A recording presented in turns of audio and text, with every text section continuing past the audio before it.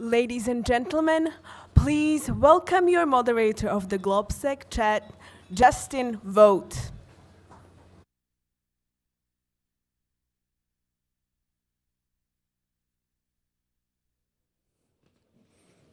Hello, everyone. Thank you very much.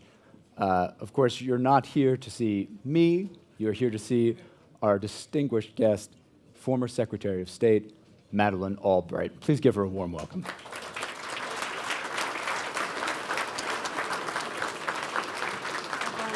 Yeah, I'll take the far one if you want this one. Great.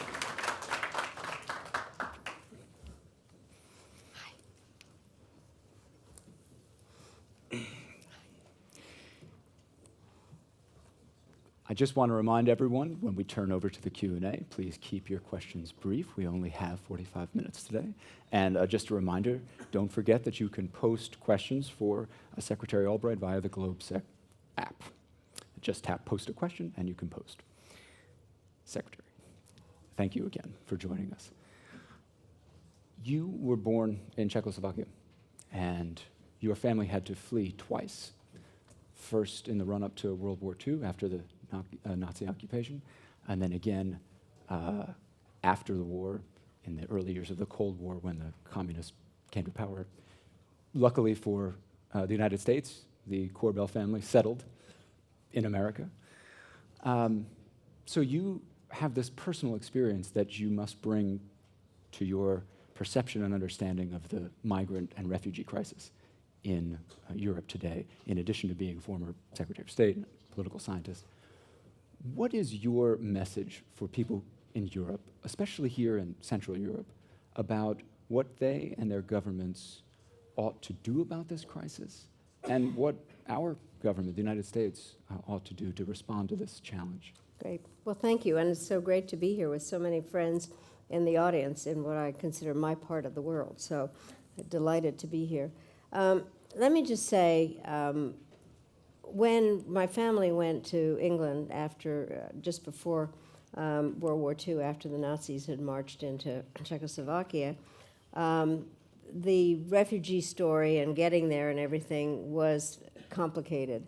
I can't claim that going to the United States was some kind of a terrible story. My father was a Czechoslovak diplomat, and so I don't have a terrible story getting there. But I do know what it's like to be a refugee and know the difference when a country says to you, as the Americans did, which was, your country's just been taken over by a terrible system.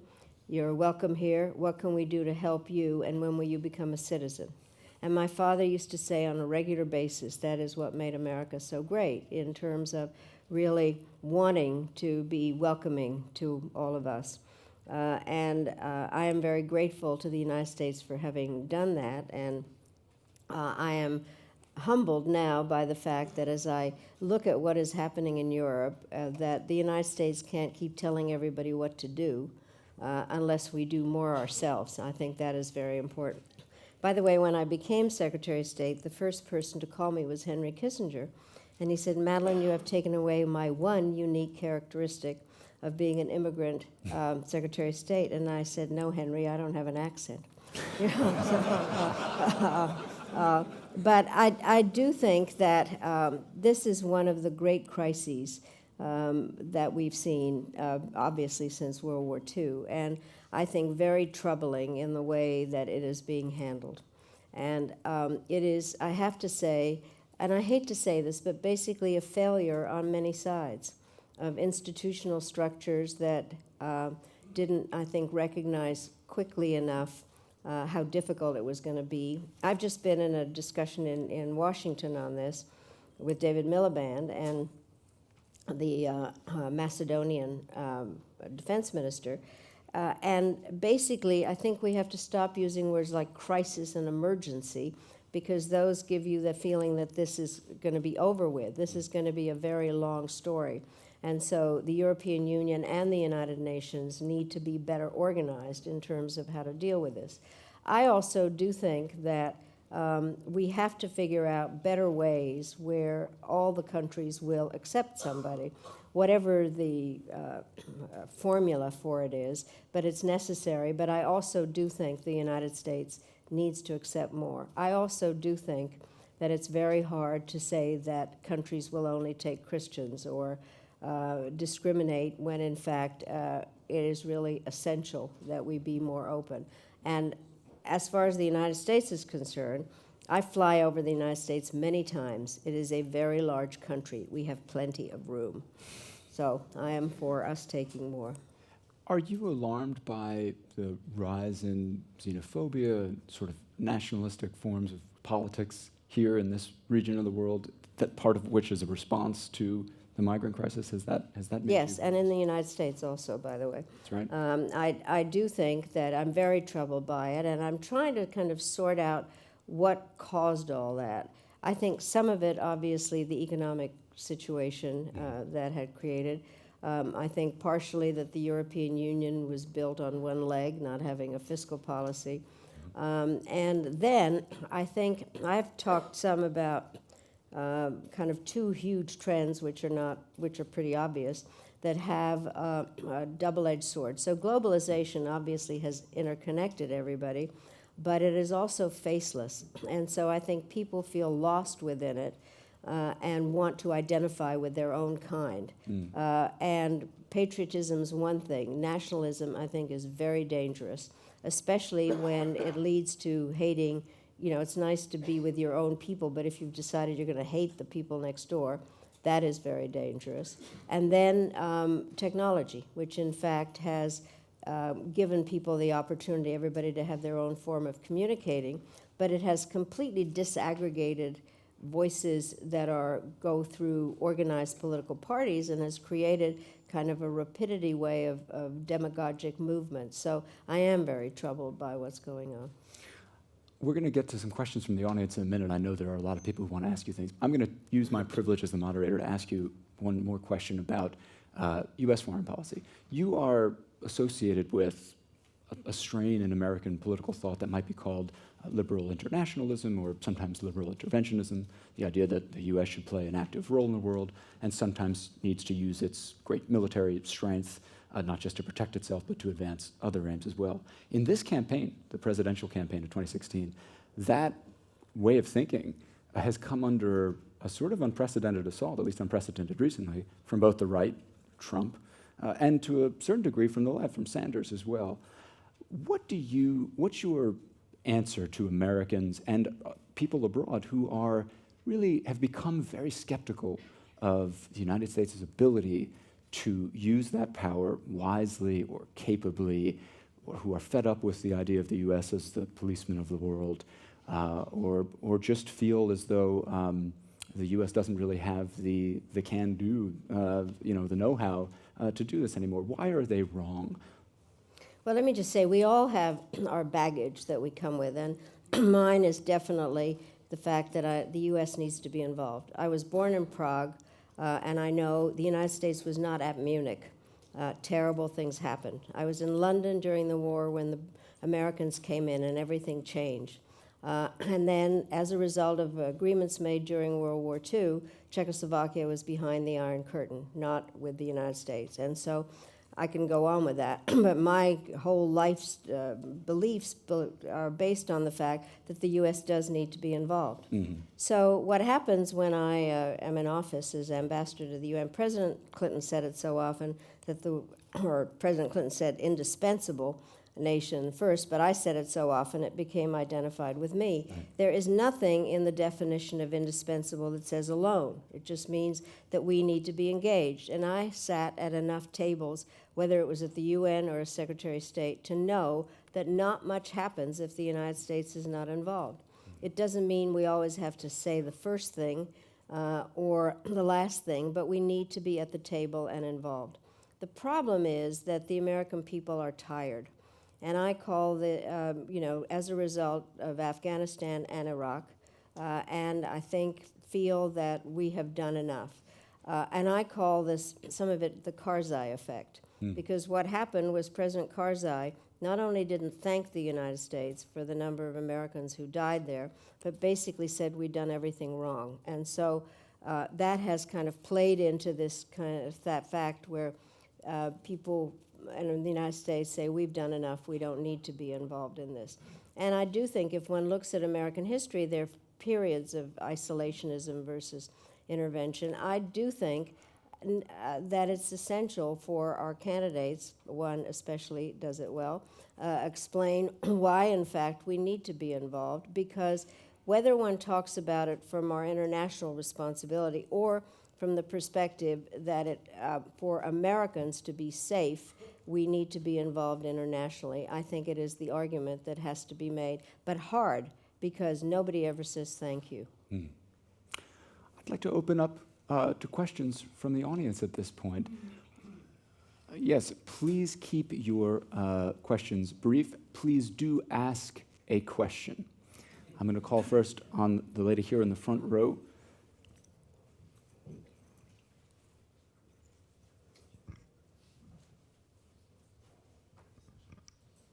Thank you, madam. My question is very simple. You say that American is tired of getting involved in everything, but several years ago, Madam Clinton said the South China Sea issue became the major interest of United States. So how do you think if we just left behind, some region to just get the equilibrium and let them do it by themselves, or let China do it with our region without United States? Thank you. Well, I happen to think that, the United States, I often say, is not monogamous. We are an Atlantic and a Pacific power. And we have allies in South Asia, in the Pacific, and I think that we are wanted there. All you have to do is follow where the South Koreans or the Japanese want our help, and people are concerned about what the Chinese are doing. And so I think that the part that I think is hard is having been on the receiving end of countries that come and say, you have to help us, and us saying more often than not, well, why don't you start and maybe we'll come in. It doesn't work that way. This is what I found so interesting, are the number of times sitting in my office at the State Department saying, why aren't you helping us? And so it is more a matter of persuading the American people that we need to be somewhere, and that is not easy to do always, especially since some of the countries are strong enough to help themselves. Another question? We'll go to the lady right there. Please identify yourself as well before you ask your question. I'm Sam Kitbi from Abu Dhabi. Secretary Albright, I've been honored to host Steve Hadley with the people from Middle East Task Force. We missed you, of course.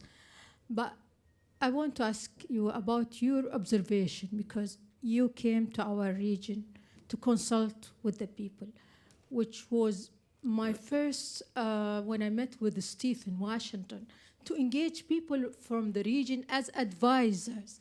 It will be more better than just to come and for a few days and just to see the people and talk to them, which it did not happen. And the second one, that how can you talk about Middle East without visiting Tehran also? So if you are preparing for U.S. next strategy, what will be this strategy for Middle East? Okay, thank you. And let me just say, I had been in Abu Dhabi about 3 weeks before that, before Steve went, and had one of my best times out in the desert doing dune bashing.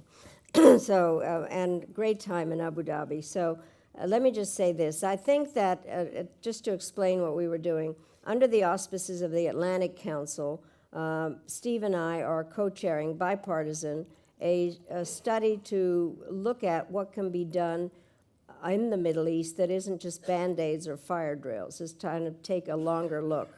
Both of us have been involved in the past in dealing with policies in the Middle East. And we have, in fact, done a lot of work, commissioned papers, began to look at issues to do with security, refugees, religion, governance, and the economy. And then we have had advisors from everywhere, and in fact have gone to consult.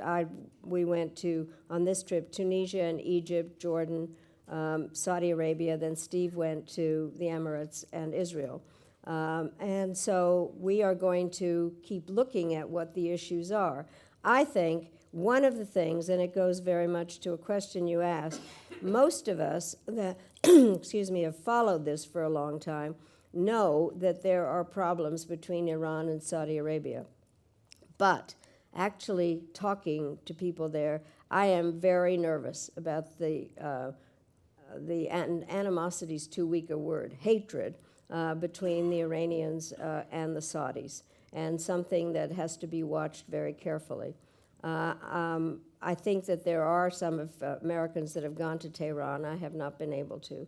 I did try, by the way, in 1998, when Khatami had been elected, in order to change our relationship with Iran, and a lot of signals were mixed. We do have to figure out, beyond the nuclear agreement, how to have a relationship with Iran, but it has to stop supporting terrorism in the Middle East, which is one of the issues that is very much a part of our Middle East study, which is how do you deal with the security issues so that you can get on with the other problems that are there. Let me ask you a quick follow-up to that, which is, New York Times today has a story about the Saudis, complaining about legal liability, potential legal liability for 9/11 in American courts. There's this bill in Congress that has proposed that. You talked about the enmity between Iran and Saudi Arabia. How would you characterize things between the United States and Saudi Arabia today? And what do you hear about that in the region? I think that there's no question that our relationship with the Saudis has been a very good one for a very long time. I think that our relationship is good with Saudi Arabia now, but I also think that there is a recognition that countries within the region themselves have to play a more positive role in dealing with the various issues out there. The discussions have been about what do coalitions look like. And then part of the thing, I think most of us in this room follow what happens in the Middle East, but even for those of us that are professionals, trying to keep track of who's on whose side on any given day is really very difficult.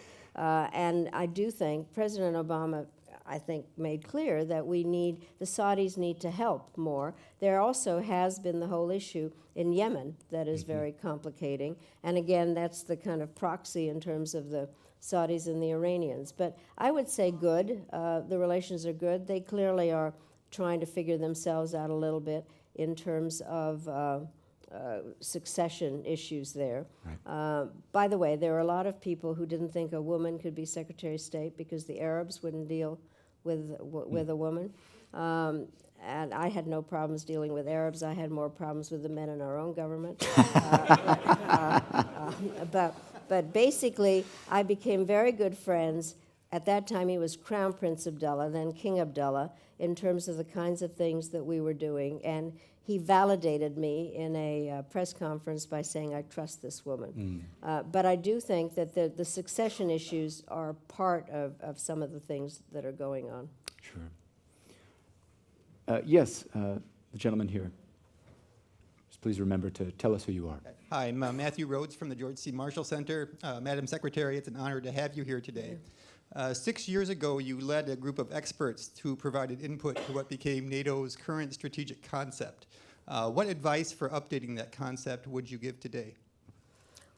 Thanks for asking that, because I've been talking about this a little bit, the way that life changes. What happened was that this was on the 60th anniversary of NATO. Rasmussen had just been named Secretary General, and the countries, the heads of state had decided that there needed to be a group of experts. So each of the countries named an expert, and I was named the American expert, and then Rasmussen decided that the group of experts would have 12 countries, automatically irritating 16 countries, and then he asked me to chair it. But what was interesting about it was that in looking at what the future of NATO was going to be, it was in a generalized kind of way out of area. And we were looking at lessons out of the Balkans and Afghanistan and what were going to be the out of area issues. We determined, for instance, that NATO had more partners than it had members, that there were ways of dealing with out of area issues. We are now dealing with in area again. And the Secretary General of NATO was just in Washington talking to people about various plans that were going to be put forward for the summit in Warsaw, and the question basically of how to do both in and out of area. But I do think that what has to happen, and came a little bit out of the 09 exercise, even though it seems kind of OBE, as we said in the government, overtaken by events, is the question of how to deal with partners, how to deal with a very large alliance, how to deal with the issues of the 2% responsibilities for be part of the payment, and then I think how not to make it a two-tiered alliance. I think that's one of the issues. And then one that really was out there, and maybe out there even more, we did talk about whether a cyber attack was an Article 5 attack, and found it at that stage impossible to say because of being able to track where it started. But I do think that cyber issues are going to be out there more and more. And then the last thing, which is a little bit different today, is how NATO and the EU cooperate or don't. Turkey is obviously the question on that, but that continues to be an institutional issue. Another quick follow-up to that, talking about NATO and NATO strategy. You know, you talked about American political will sometimes being the problem, or public opinion. When it comes to NATO, how confident are you that there would be American political support, both in Washington and the public, were it to come to war with Russia over, say, the Baltics? I mean, these are hypothetical issues, but they matter because of Article 5. How confident are you that that the U.S. would really go to war over Estonia, say? Well, I think I'm not confident about anything, given where things are, and that one of the people running for president has lost his mind, if he ever had one. And basically, I think talking about dismantling NATO and things like that is truly dangerous. And I think that one has to be very careful in terms of, one of the things that as I travel around a lot, I keep trying to tell my foreign friends, that not everything they're hearing is true. And then I try, to the extent that I'm listened to about this in the United States, that foreign countries listen to what we say. It isn't just a reality show. So the bottom line here is trying to figure out how to make clear that Article 5 is the heart of NATO, that there is a co-responsibility on this, and one would have to, in fact, do a lot of talking about the importance of it. God willing, we will not get to that. Sure. Okay, another question. Yes, here in the front row. Thank you, Mr. Secretary. I'm Ian Brzezinski from the Atlantic Council. Never heard of you. Oh, that's good. I've only known him since he was there. In recent weeks, Russia has stepped up its attacks in eastern Ukraine. Just this week, it aggressively buzzed a U.S.-Polish exercise. What does that tell you about the effectiveness of the West's policy towards Russia? Is it adequate? Are there changes that need to be made? If so, what would you be advising the President of the United States? Well, this goes a little bit to gloms onto your question in many ways. I think one of the questions to remember, NATO is a defensive alliance. That is what it's based on, and it has to have a strong deterrent. I do think, and again, in continuation of what we didn't talk about when we did the 2009 review, I think that we have to rethink a little bit on how the deterrence works. I know that there are discussions, in fact, about a new disposition of forces and pre-positioning equipment. That clearly is what's going to be the discussion in Warsaw. And what had happened at Wales, I think, began to move that process forward. I do think that what worries me the most is an accident. And then something, and I hope we all spend some time talking about this while we're all here. There are those in the United States who say, don't do X because it will provoke the Russians. I actually say the Russians are the provokers or provocateurs in this. And the question is how you, in fact, balance that. And I do think we have to be prepared for a lot of things. And by the way, on the issue of disposition of forces, the NATO-Russia Founding Act does have very specific number, about substantial numbers, and temporarily. The Russians are the ones that broke that agreement. They are the ones that broke the promise. And so I think we need to look at it from the perspective of how to protect our friends and allies and how to remember that we need to have a strong deterrence, but basically also be very careful about an accident.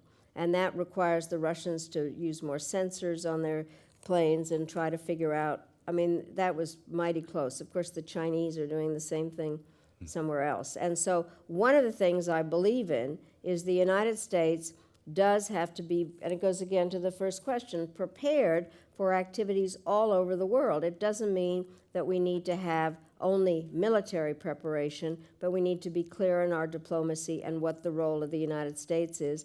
And I wish that there were more educated discussions going on in this campaign about what the role of the United States is in the 21st century. I think we all do. Yes, sir. Thank you, Madam. I'm from Malaysia. I don't need to repeat what institution I come from. Yeah. It's called ISIS. It's the Institute of Strategic and Different. Yes. We won't call you Desh. Thank you very much. Now, the question is about China. How do you see relations between the United States and China moving forward with the new president in office? Thank you.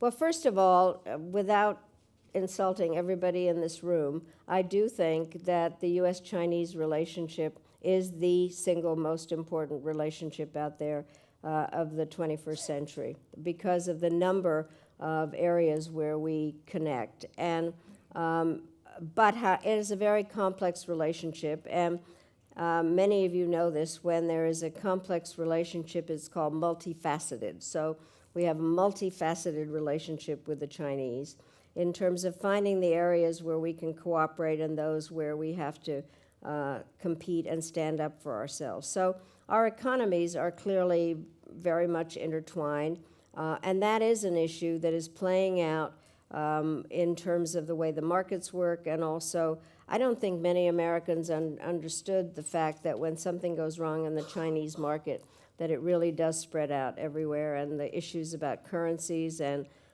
various bureaucratic aspects in terms of investment in each other's countries.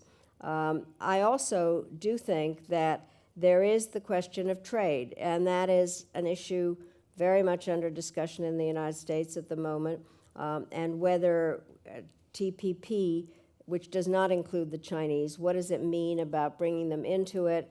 What does it mean if TPP does not get passed? Do the Chinese begin to make the rules for how trade takes place generally? During the Clinton administration, we brought China into the WTO mainly because we thought that having China a part of the international rulemaking or subject to it as well as an object and a subject would make it easier. But that is clearly one of the big issues.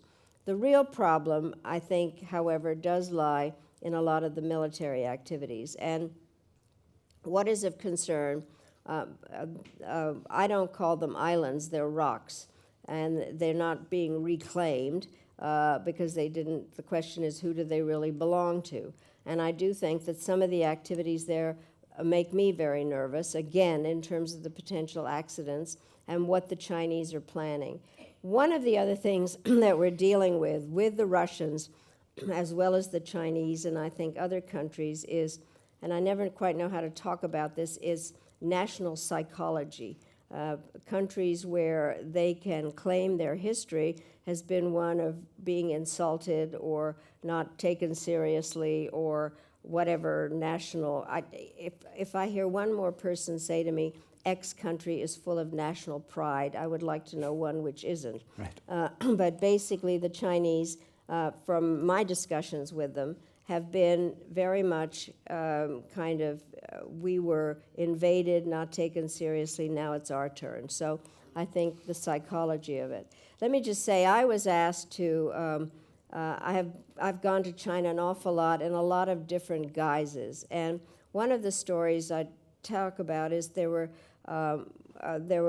wanted Democratic and Republican political leaders to go to meet with the International Department of the Chinese Communist Party. So initially, the Republicans didn't want to go, and I thought, over my dead body, are the Democrats going to go meet with the communists by ourselves? So we finally did, in fact, have a bipartisan group, and we're sitting there with the Chinese, and they're telling us about the party, and I couldn't stand it after a while, and I said, excuse me, but we don't know how many members we have in our party, and nobody fills out an application form, and nobody goes to party school. And our party system is different. And then we tried to explain it. The question is, why did they want to meet with us? And I think some of it is that they have pressure at the bottom of the pyramid, whether from urban, rural, or environmental, or land foreclosures, and they want to know how to release the pressure. What I find very interesting are the recent stories about Xi Jinping having more problems than he thought he would. And some of it has to do with getting new legitimacy or re-legitimizing the Communist Party. Some of it does have to do with their economic problems. So it's a complex relationship, and I think one that we all have to watch carefully. And the Chinese, by the way, are going into the Middle East and in Africa. They're in a variety of places, and they are trying to figure out what their global role is. You mentioned, as part of your answer there, TPP. And I wanted to ask you about trade, because trade has become a huge issue in the 2016 campaign in the States, kind of in a surprising way. Part of it was that Clinton, who had been involved in TPP and developing it, ultimately came out against it. My question to you is this: if even Hillary Clinton can't be for free trade, in the context of the political climate now, what are its prospects going forward? Well, I do think it's always a problem in an election. There's no question about it. I think there are questions about what is fair, what is free, and I also think I've had a lot of discussions about this in terms of whether people are getting globalization mixed up with trade. That there are certain things happening as a result of globalization that are not necessarily due to trade agreements or lack of them. I think I'll just tell my own story in this. Having gone to all the right kind of international schools and being an IR major, I always believed completely in free trade. So then I went to work for an American senator, Ed Muskie. Some of you may remember him. And he was from Maine, and he was chairman of the Shoe Caucus. And because I was his chief legislative assistant, I became the empress of the Shoe Caucus. And the only thing I knew about shoes was that I wore them. And then I went up to Maine, to a town where there was a Dexter Shoe Company, and I actually met the people that were losing their jobs as a result of shoes now being made cheaper somewhere else. And could understand the problem in terms of how you get people re-educated, people that don't want to move. And there is very much of a domestic aspect to the trade issue. I think trade agreements are important because they are also vehicles for getting better labor and health policies in other countries, but they have so many zillions of details in them that you don't quite know whether each of them has enough of the pieces in it, which is what I think Secretary Clinton's issue has been in terms of currency and autos and things like that. But very hard to negotiate them. But I do think most people recognize the importance of having them when they are fair. Yes, over here, gentleman here. Thank you very much. Martin Michlo from the European Institute for European Policy in Prague. Madam Secretary, do you foresee one day when the Americans will be able to say the Europeans are taking care of their own security? And if not, what is for you the main stumbling block before we are able to say that or agree on that? Thank you. Interesting that you asked that, because one of the questions that came up was when President Obama and Secretary Clinton decided on the rebalance to Asia. And by the way, you can all laugh about this, it's just kind of true, is that whenever anything comes up in this part of the world, I am responsible for everything, whether I'm in the government or not. So, and people from here will ask me a question and vice versa. So I happen to have been traveling around when this happened, and many Central Europeans said, what's the matter, you don't like us anymore, and you're not going to help us, and what's the matter, and aren't we better than rebalancing to Asia? And I kept saying, no, You know, part of the issue here is you were part of the problem. You are now part of the solution. And besides, why pivot wasn't the right word. Rebalance doesn't mean that you've stopped balancing someplace else. And so I think the idea was always that this was not abandoning this part of the world, but in fact, working on I put it this way, a more adult relationship where people take responsibility. And one of the, I think, really difficult things about what is happening right now is that the people thought that the U.S. didn't want a strong European Union. That is not true. We were counting on a strong European Union because we wanted a partner in terms of dealing with other parts of the world. And so I do think that it would not be that the United States would let Europe worry only about its own security, but we would do it together. One of the issues when I was in office that was out there, and we kept kind of arguing against it, was a European defense identity, because an awful lot of it was duplicative and trying to figure out where resources would go. So I think it's a matter of doing things in partnership and realizing that we care a great deal about the security of Europe, and it's part of our own way of operating with each other.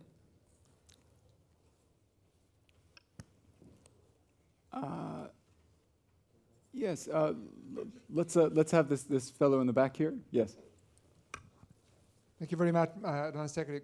Good to hear you talk about the work on the strategic concept. Please, can you just let us know who you are? Stefano Stefanini, Atlantic Council. Sorry. Since you're considered responsible for everything, can you tell us, President Obama is coming to Europe in the next few days.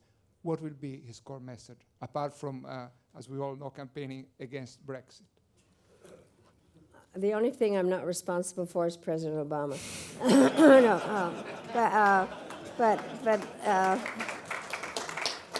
But I am very proud of the things that he has done in terms of his record on climate change. I think he's going to talk about that. I also think, frankly, that he is going to talk about how there can be obviously some reaction to what we've been talking about on the NATO front, but also to return to the initial question, some on migration, how there can be more cooperation as they get ready for what is going to happen in the fall just before the General Assembly in terms of meetings on migration. So I think generally, and also I think obviously, and it goes back to the question here, kind of reaffirming our relationship with each other.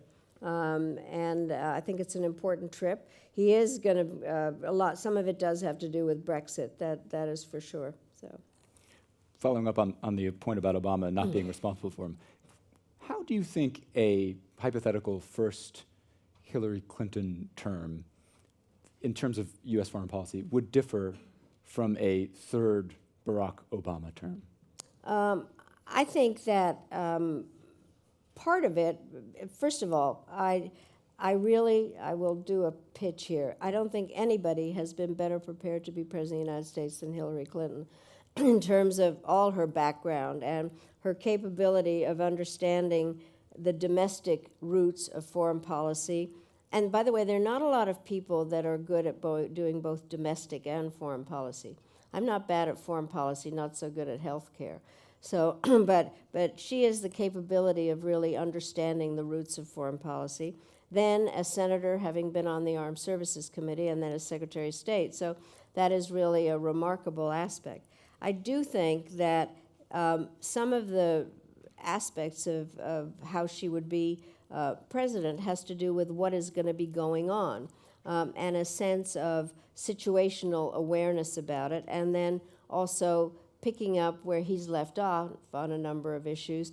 But I think that it would be a very strong foreign policy terms that, in fact, was able to look at some of the institutional structures and deal with some of these questions that we've raised here in terms of what is provocation and what is deterrence, and how does the United States behave in partnership with other countries.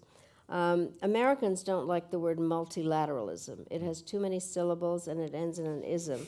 But basically, it's partnership, and I think that's something that she's very much into. Yeah. Yes, sir, on the end here. Masaishi, Ambassador of Japan to NATO. You talked about the importance of China-US relation, which I quite agree. I would like to hear your wisdom about where you put India in terms of short-term relation as well as the mid to long-term relation. Yep. Thank you. It's very interesting because a lot has been happening on the Indian front recently. There's no question.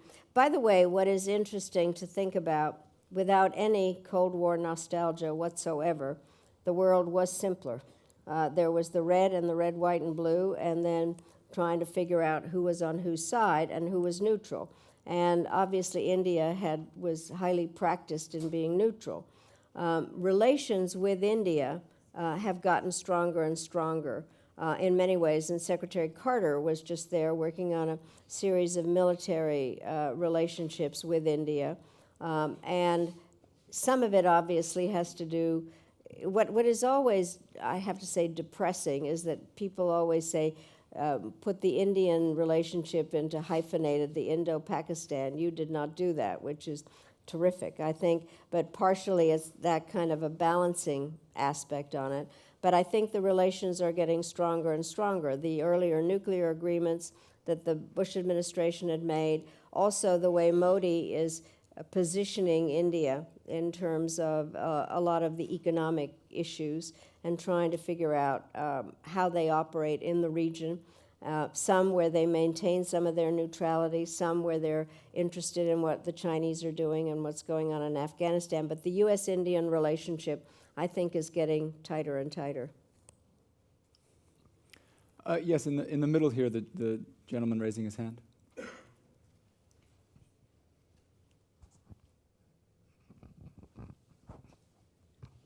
Martin Cruz, National Council of the Slovak Republic. Madam Secretary, welcome to Bratislava. My question is, how do you see solution of the conflict in Syria, and what should be the role of the United States in this case? Easy. Yeah, 30 seconds. Let me go back on something, and it goes a little bit into this Middle East task force that we're doing. I think that one of the things we've also done is look back and try to figure out where a lot of the problems came from. I go way back. I worked for a president who read a lot, and he assigned books to us. So one he assigned to me was Peace to End All Peace by David Fromkin that gives the history of the creation of the modern Middle East. And the short version of it was the Middle East was created by the British and French bureaucracies lying to each other and creating artificial countries and putting various pieces together. Obviously, Syria and Iraq fall into that category, and kind of dealing with a set of countries that have a variety of groups within it, whether centralized governments are the best or federal, et cetera. So those are some of the things we're looking at in terms of governance on the issues. I think that the real question is, first of all, how to stop the fighting in Syria, and how to make it possible for humanitarian assistance to be delivered, whether the various, they're not even ceasefires, cessation of hostilities are taking place. They work for a little while and then they fall apart again, and whether de Mistura is going to be able to hold those talks, which now I gather are proximity talks, and trying to figure out who is representing whom. And I happen to think, so does Secretary Clinton, that we need to create some kind of a safe zone or no-fly zone. I think there are issues about how the Turks are interacted into this, and the extent to which they're concerned about their borders. But the only way that this is all going to be solved is for Assad to leave. And whether there's a way to have some kind of a technocratic government. I mean, the hypocrisy of his just having held elections, and the fact that we don't comment enough about that, or that the Russians come and go. By the way, I am convinced that the Russians went into Syria in order to divert attention from Ukraine. That was one of their major aspects. Plus, I think it is worth looking at how they are playing the migrant issue, because their ultimate goal is to divide Europe. So I think all those pieces come into play, but it will be essential to end the killing, find out who can in fact represent the Syrian people, and does the state, is it governed in some kind of more federal way, and how it works with its neighbors. All right, we've got about 5 minutes left. We have time for one more question from the audience. Yes, sir, right here in the front. Why not? Thank you very much. Madam Secretary, thank you very much. My name is Igor Kosir. I am from Matej Bel University, Slovakia, Faculty of Political Science and International Relations. You have mentioned the importance of Sino-American relations in this century. Very logically, there are two key centers of economic power within the world economy. How do you assess the concept of Siegfried Bergsten in 2009, director of Washington-based Peterson Institute of International Economics, about the creation of new G2, US plus China? Famous British economist in Harvard, Niall Ferguson, called it Chimerica. Thank you. Yeah. I have found the creation of Gs and undoing the Gs complicated because they don't all stay the same. I do think that it is important to have a vital relationship with China. By the way, what is interesting in our bilateral relationships with many countries is when there are the ones where there are many, many different issues to be discussed, the strategic talks involve economic and military and a number of other issues. And clearly, our talks with the Chinese are on that level. I do think it should not, I personally don't think I've said it's, I think, the most important relationship in terms of all the interconnections, but I think it would be a mistake to focus only on that. And what I think, and believe me, I teach and talk a lot and try to stay in touch, but the bottom line, I think, and if one thinks about the U.S. role, we have to be able to do more than one thing at a time. And I do think, and I think we'll spend time talking here, is about how vital is it for the United States, as I said earlier, needs to be involved, but we don't have to do everything alone, and we don't have to have just one friend. And so in just collecting the questions here, clearly there are a variety of areas in which we need to be active, and just having a G2, I don't think is enough. I think it's vital relationship, but not the only one. All right, we're running out of time, but I'm going to once again abuse my privilege to ask you one final question, Secretary Albright. Looking back at the NATO intervention in Libya, given what's happened since the intervention, do you think intervening was the right decision? You'll be so sorry you asked this.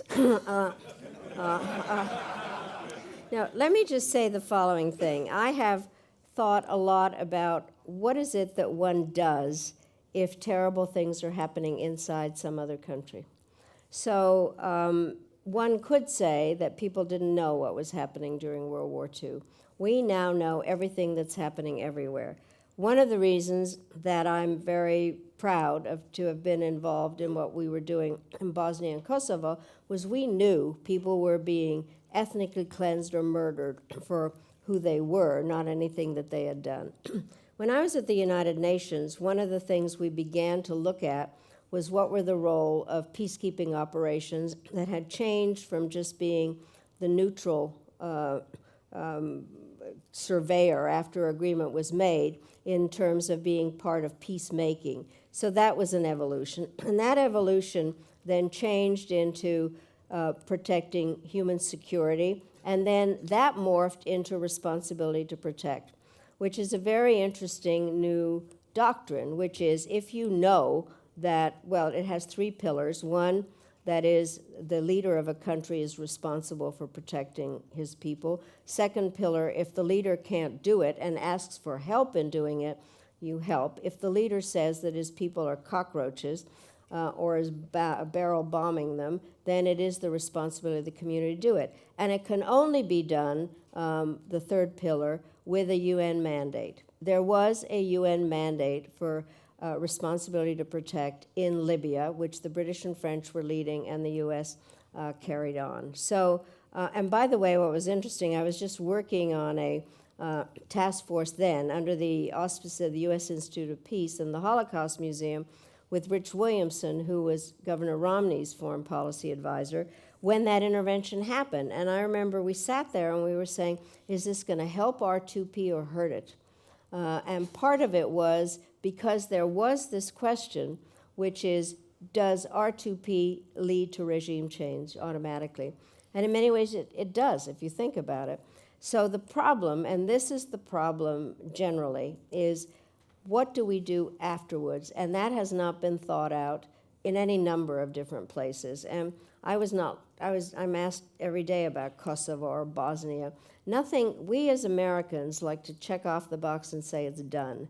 Things are not done. They need to be managed. And I think we need to think more about how R2P works, what happens afterwards, what are the responsibilities of the international community, and what happens if we don't deal with it. So to return to the Middle East study, what I found that was interesting was that in Tunisia and Egypt, they are really, really worried about Libya.